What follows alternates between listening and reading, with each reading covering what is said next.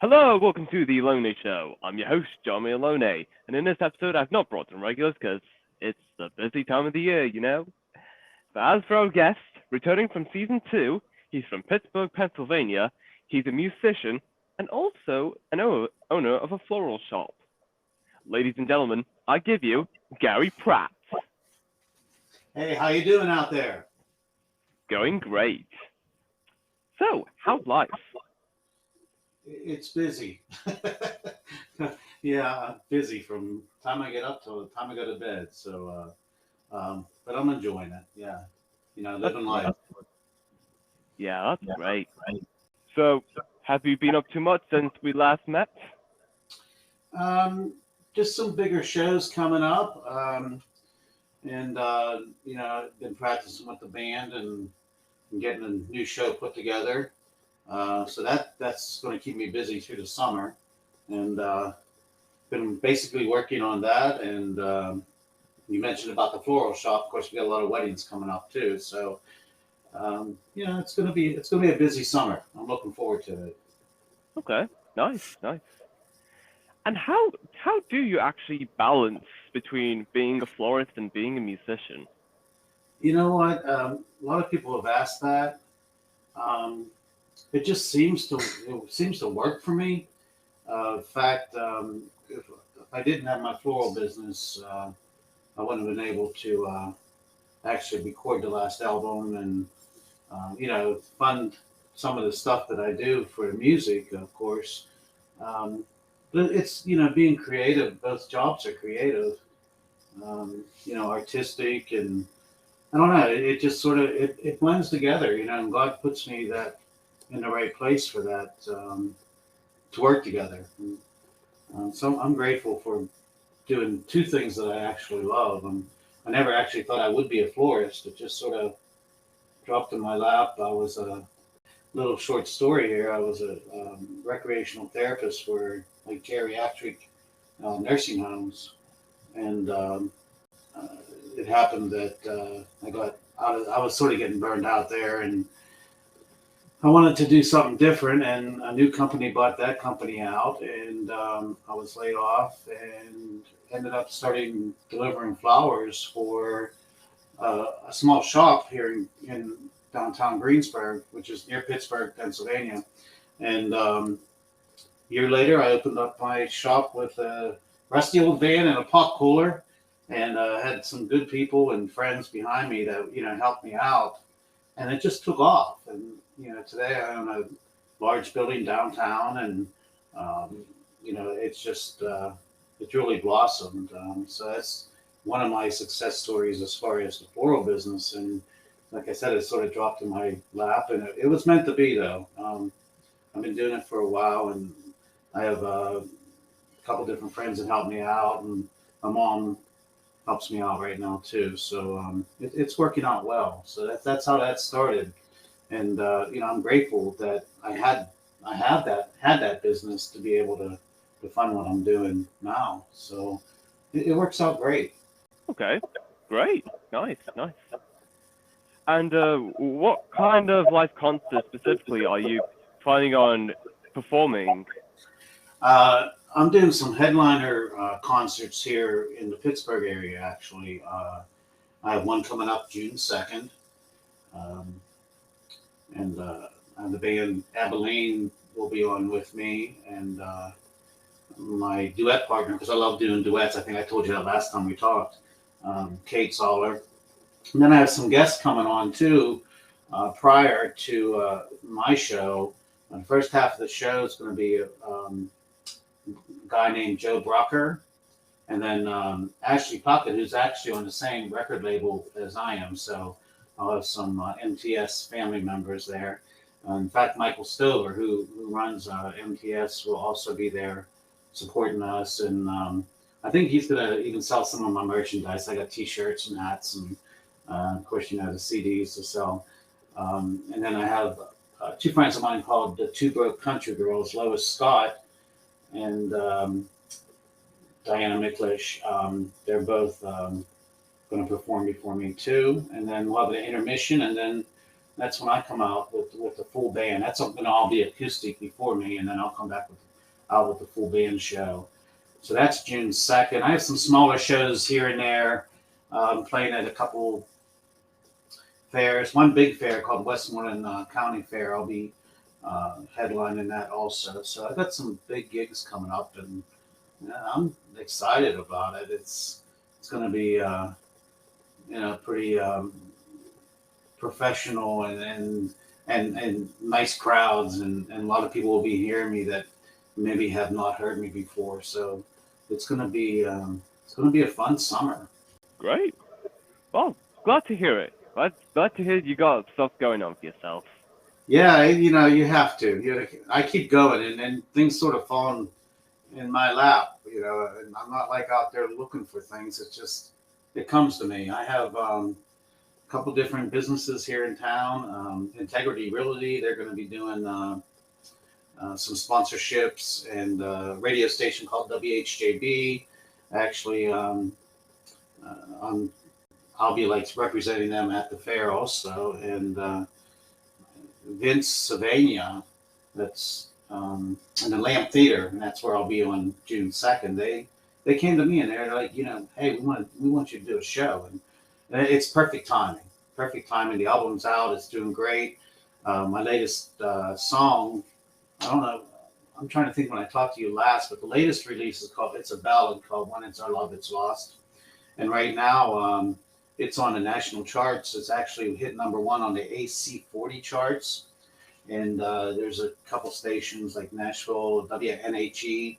They play it all week long. And I'm just so grateful for their support and all the people that have been calling into that station actually to request my song, because they're keeping me on the rotation of their station. I'm being played beside, some big names like Tim McGraw and Kenny Chesney and Justin Moore. And, I'm just real happy about that. I listen during the day and it's like, hey, that's my song right beside, that big name guy, So it's pretty exciting.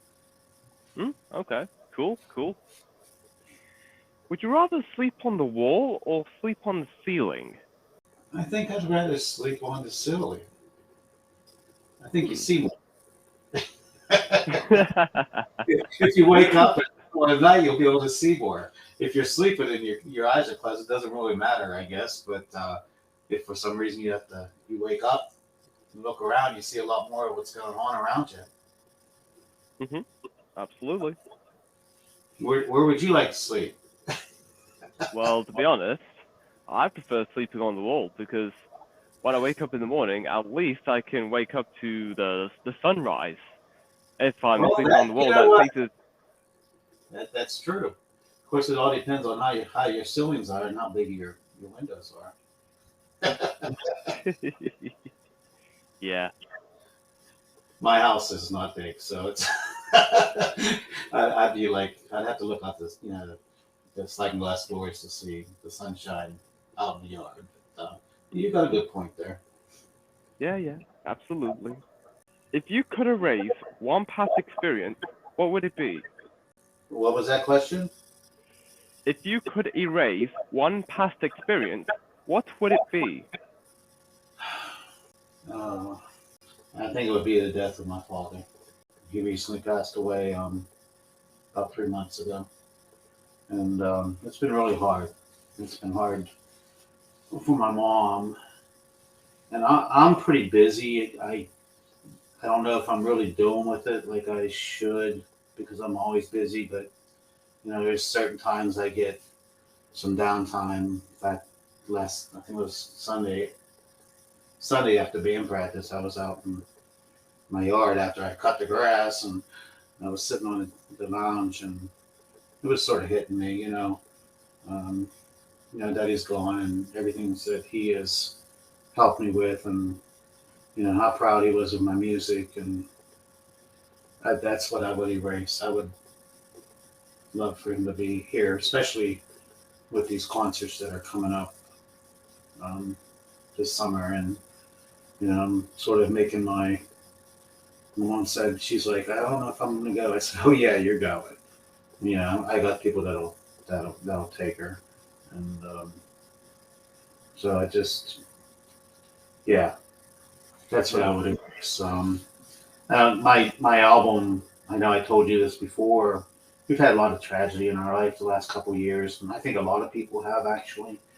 Um, my brother passed away. I don't know. It might be 4 years, 3 or 4 years now.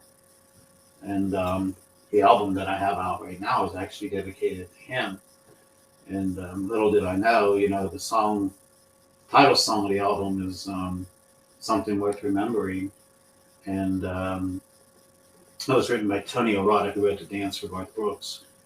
Now, when I do these concerts this summer, I usually say a little spill about my brother, and now that's probably going to be a really emotional time um, at my concert, and hopefully I can get through what I want to say.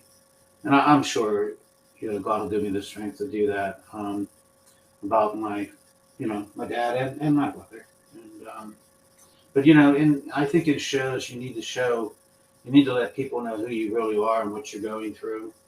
And I think people connect with you better that way. And I'm sure a lot of people will connect with, losing someone and going through the process of grief and everything. So um, yeah, that's what I would erase. Okay. Yeah. That's a very good point. So, if you had to pick between scuba diving, bungee jumping, or skydiving, which one would you choose? Well, I'd have to go scuba diving. Even, even though I have a song out called "Jump In" and there's some skydivers on the video, uh, I'm not too good with heights. And I love the beach. I love the water, so definitely scuba diving. Hmm, okay. Nice. Nice. What is something a lot of people are missing out on just because they don't know about it, whether it's good or whatever? On what I'm doing in my life, or I'm a little confused here. Um, Well, anything in general, really. oh, anything in general that Yeah. they're missing out on life? Yeah. Okay. I think some people take some of the small things for granted. I mean, your family, and because of losing people, I know that the most important thing in life is your your family, your friends, and trying to take some quality time and being with them. Because really, that's all we have in life. We don't have. I mean, material things are okay. I mean, it's not important because we come in this life with nothing and we leave, with nothing. But the memories and the quality time that you spend with your family and friends, I think a lot of people take that for granted, and that's what I try to stress at my shows too. Um, you know, People do. We're not here forever, and I just think that when and I've gone through it too. I think you think nothing's ever going to change. Well, things can change in a moment, and I think some people maybe miss out on that, miss out on family times, and miss out on saying I'm sorry to someone that maybe you know you'll regret at at sometime if someone passes away and you didn't get to say that. Um, so I think people miss out on that, the precious moments that don't cost a thing with your family and friends. Yeah. I agree. Yeah, I try to stress that in my concerts too. That's nice. It's good about it's not just about it's good out having fun, just having going out with your friends and having a blast too. It's or your family members or whatever. But a lot of times you don't see different people for a while, and especially nowadays. People live in different states and that. But FaceTime and all that's pretty cool. Uh, so people are more connected. But yeah, it's important. It's very important. Oh yes, absolutely. If you could host a talk show, who would you have on? Hmm. Let's see. I think I'd have Dolly Parton on. She's a. I just think she's a hoot, and she's an icon. You know what? And she like constantly reinvents herself, and she does so much for communities involvement. And good for the world and other people. Um, and I think she would make you feel comfortable, even if you were a host and you were uncomfortable or nervous about having her on the show. I think that she would just make you feel, hey, you're just one of the, you're her friend. Plus, there's so much to talk with her about, where she came from and how hard it was for her to break into the music business. First of all, at that time, being a female and coming from nowhere, and the guts and courage that it took to do that. And sometimes in life, you have to say, hey, if you want something in life, you have to go for it. If it doesn't work out, that's okay. It wasn't meant to be. Um, and I sort of, when I was younger, I was afraid to do different things, and uh, I was scared to death to go to college, but I went. It was like culture shock from a little small coal mining town to a big city. But um, I've learned through the years to make it sort of a game. To if there's something I'm really nervous about and it's outside of my comfort zone, I sort of make myself do it because that's the way I can grow. And I think Dolly Parton would be a good example of that. And I think we'd have a lot to talk about that topic. Okay. Yeah. Yeah, I agree with that. That's a pretty good pick. Yeah, that's a really good pick. Yeah. Oh yes. Yeah. Plus, she's doing Christian songs right now too, with some of the Christian singers, and I just I love what she's doing with them, duets and that. Oh yes. Absolutely. What kind of music do you often listen to? Most time I listen to country, but I listen to Christian. I listen to classical. Um, I listen to dance music. So I'm pretty wide on what I listen to. A lot of times I mean, country courses at my heart. It's what I'm about, and that's where my voice fits, and that's where I feel the music. Um, but you'll hear all my stations in my car and the Sirius radio. Like, of course, I have that, and I'll even listen to some talk things like Joel Osteen and things like that. But pretty wide variety of music I listen to. I was listening to classical today, and then turned it on to country. I always have to listen to country because I find out what other people are doing also, and what's what's hot, what's not, and um, I listen to all kinds of music, even jazz. Yeah, I agree. It depends on my mood. Yeah, I agree. Mood is a thing for me as well with music. I guess I'm moody. I guess I'm moody. I don't know. It just depends Uh, on my state of mind at the time, I guess. oh yeah. If you could travel back in time, which decade would you do you want to live in? You know what? I don't. Someone asked me that before.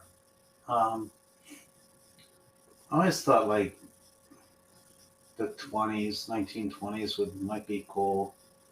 Um, of course, everything's a lot simpler back then, and but I think the clothing was pretty cool, and it just seemed like a lot of people had fun back there, as far as I know. You know, um, and just I've seen pictures of the streets, the old cars, and um, I just think it'd be neat to live in a town like that, and it'd be so much more simpler, and people knew each other. And of course, that's a lot of different areas back in time. But I think I'd have to pick the 20s. Okay, great choice. Who was the last person you talked to? The last person I talked to, that Mhm. would have been my friend Scott. Okay. He um, we he got a bunch of plants. He's putting them in pots and stuff like that, and he's showing me everything that he was doing. So it was pretty cool. All right. Yeah, Nice. getting ready for getting the summer. Um, I guess the patios ready and stuff like that. You know. Hmm. Absolutely. If you had to pick any character in a book, movie, or TV show, who is most similar to you? Hmm. I'm not big on too much of too much. I don't read too much. As far as a character, and I don't know very many actors' names neither. I don't watch very much TV and stuff like that.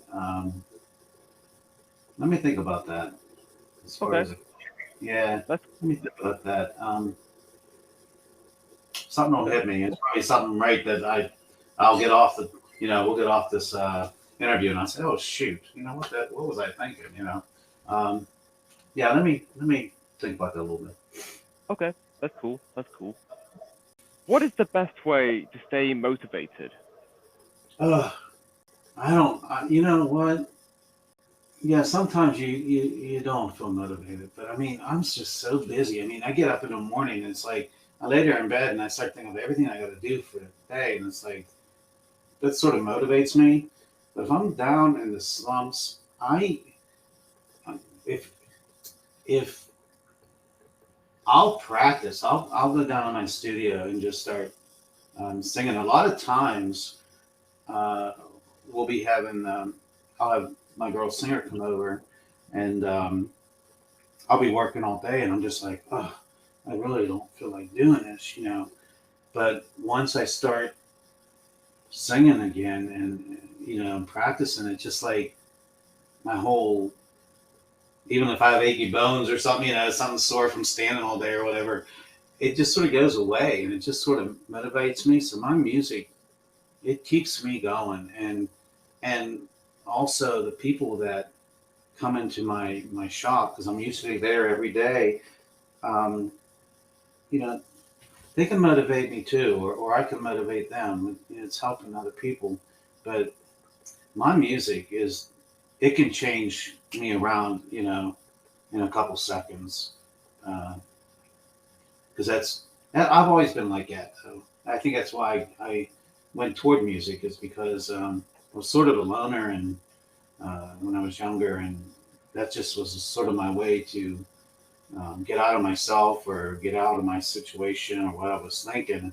And now I think that is my true motivation, because my whole world is surrounded, it's built on my music. And it's always been like it. It's like a part of me. Um, for a year, I did quit music. I moved back from Nashville, and I was just sort of down in the dumps.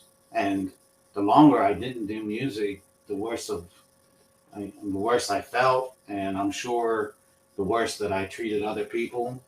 And then once I started back with music, my whole outlook on everything just changed. Um, so that's definitely, it's proven to me that's my motivation is my music, and I don't think I'll ever stop music now. I'll just keep going until I expire, I guess. Okay. Okay. Cool. Cool. What is something people are always surprised to learn about you? um, you know what? Sometimes people come into my shop, and it's a classy place, and we might be playing classical music or something like that, something easy listening or whatever. When people come in, and some people still don't know that I sing sometimes, and they'll say, oh, what kind of music you do? And I think most people are surprised when I say country, because they don't think that the two things sort of go together. I'm just you know, old, I'm a country boy, from a small town, and now I'm living in a bigger area. And when people come in, I think they're more surprised that I do country music instead of doing, something else like, uh, the classical or the that type, more different type of music. That I'm just sort of down to earth country and love it. And I think that's the most important. People that don't know me find interesting. Okay. Okay. Cool. Are you a cat person or a dog person? Dog. Yeah, I mean, I like all animals, but I'm more. I've had cats, I've had dogs, um, but I'm more of a dog person. I had some good experience with dogs and how they can protect you, and you know, you have one in your house and it's barking. You know, it's sort of a a watchdog. And I've had good experiences with dogs. My family has had dogs all their lives. And um, if if I had to, if a stray cat came along, of course I'm gonna take it in or I'm gonna try to get a home for it. But a dog I might keep. Yeah. What's the most useful thing you own? The most useful thing I own, Mm-hmm. I would I, I would have to say my microphone. Or my computer. I do a lot of stuff on a computer, of course. And I know a lot of people probably say their phone too. But, I sort of wish in a way that things were simpler. But I don't think my music would be getting out there as much if we didn't have the computers and, all these different sites and all that. People wouldn't be hearing about my music. And that's what's really cool about the computer and internet and all that. But my most valued thing would probably be, my microphone as far as, materialistic things go. That's a hard question because there's so many different things that you rely on. But, if anything, I I'm gonna have to say my microphone. Just because I Okay. can always go somewhere with it and I can always sing with it and uh, my PA system. What's other people say about that? I'm sure you've had a lot of different, answers. Oh The yes. more you think, it's like how many things do we really rely on in one day? It's sort of mind boggling. Oh yes. It's Your wild. cars, yeah, your cars, computers, the telephones, and just you know things that you rely on constantly. Of course, when someone's car breaks down, it's like the end of the world. Um, that's how you get somewhere and all that. But there's, then you got, you have a lot of things. I mean, you got electric. I mean, I could probably go on forever, but I'm gonna stick with my microphone. Yeah. That's great. Well, that's all we have for this episode. It was great having you here, Gary. Catching up Oh, with you from last time, and yeah, and so on. yeah. Thank you so much, Peter. I really enjoyed it, and um, thanks for taking the time. And people got to know a little bit more about me and get out there and see my music or listen. My webpage, www.garycrapmusic.com. Um, all the sites, all the music's on there. There's some videos and all that out there, and the schedule where I'm going to be at here in the U.S. So, okay. Yeah, great. And until next time, stay tuned for more.